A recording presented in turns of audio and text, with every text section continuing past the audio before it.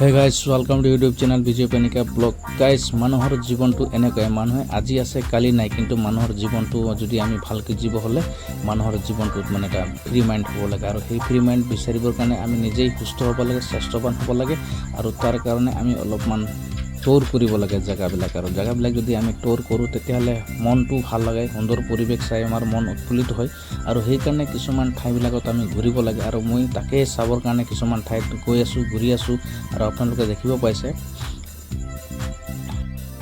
কি সুন্দৰ ঠাই। আপোনালোকে নিশ্চয় জানে যে এই ঠাইডোখৰ নাম কি হয়। এই ঠাইডোখৰ এটা সময়ত ডাঙৰ অগ্নি অইল ইণ্ডিয়াৰ পৰা জুই লাগিছিল। আৰু এই ঠাইডোখৰ নাম মানে আপোনাৰ বাগজান, আপোনাৰ তিনিচুকীয়াৰ পৰা বেছি দূৰ নহয়। আৰু মানে দেখিব পাইছে কি সুন্দৰ মানে ঠাই। আৰু ইয়াত আহিলে মনটো খুব ভাল লাগে। আৰু এটা ডাঙৰ মানে লোহৰ দলং হয় এইটো।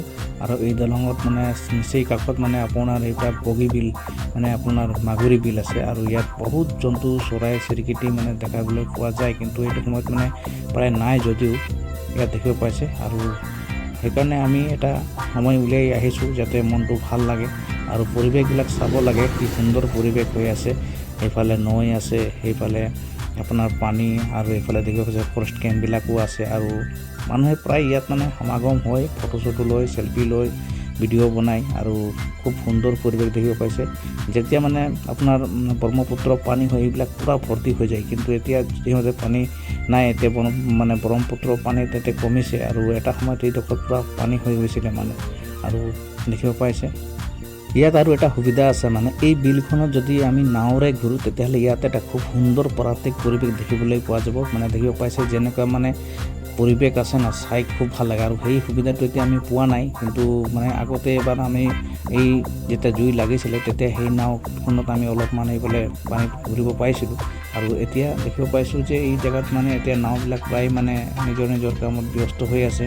আৰু তেনেকুৱা এতিয়া সুবিধা পোৱা নাই, যদিও মানে খুব সুন্দৰ এটা প্লেচ, মানে ইয়াত আহি ভাল লাগে। আৰু নিশ্চয় একেবাৰে ওচৰতে তিনিচুকীয়া আছে, আৰু তিনিচুকীয়াৰ পৰা সেইফালে অহা যোৱা কৰিব পাৰি মানে বাগজানলৈকে।